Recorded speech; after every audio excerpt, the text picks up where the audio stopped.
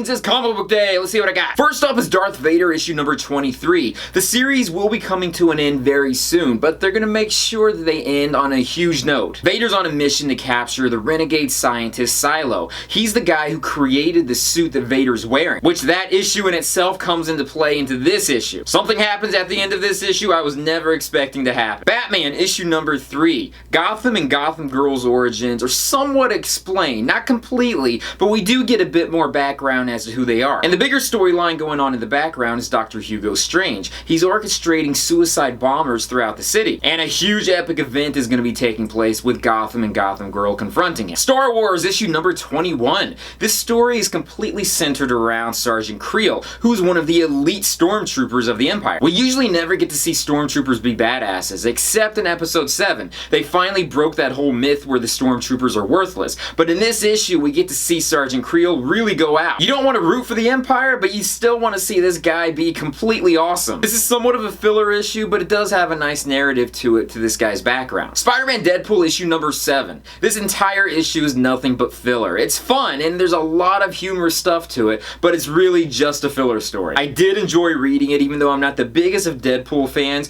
but I do like seeing these two characters team up. Aquaman issue number 3. Aquaman is still trying to make amends with the surface dwellers with Atlantis, especially after their embassy had just been attacked by Black Manta. And Black Manta is being recruited by another organization called Nemo. Manta gave himself up in the previous issue just to be recruited into this new group in this issue, although he did put up a pretty big fight at first. I hope they get off the whole nation relationship thing, because I'm kind of getting tired of that. I'd rather see the whole superhero aspect of Aquaman taking on some of these other supervillains of the sea and the ocean and having their relationships being fleshed out rather than their two nations being fleshed out. Green Lanterns issue number 3. Simon Baz and Jessica Cruz, the two new Green Lanterns, are trying to fight off a rage infection on Earth because Atrocitus has brought the Red Lantern Corps there. And things aren't going quite so well because, as you can tell from the cover, Jessica Cruz does get infected by the rage. But on the plus side, Green Lanterns are able to purge people of this rage. This is something that the Blue Lanterns used to be able to do. Justice League issue number 1.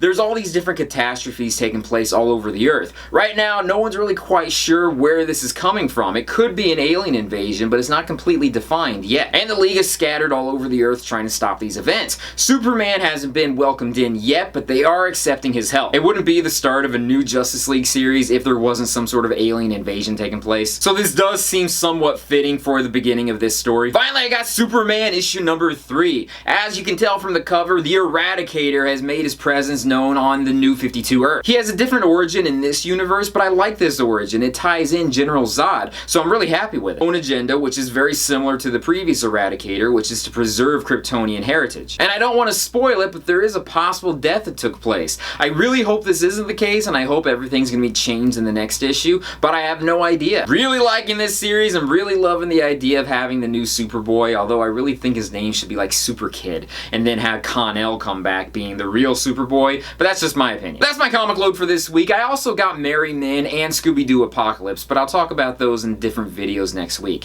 What did you guys get? Leave comments down below and let me know. But that's it for now. Thank you guys for joining me in this video. Be sure to give it a thumbs up, subscribe to my channel, leave a comment down below, check out my Patreon site when you get a chance, and I'll join you guys with another video very soon. Peace, love, namaste, and I'll see you guys later. Peace.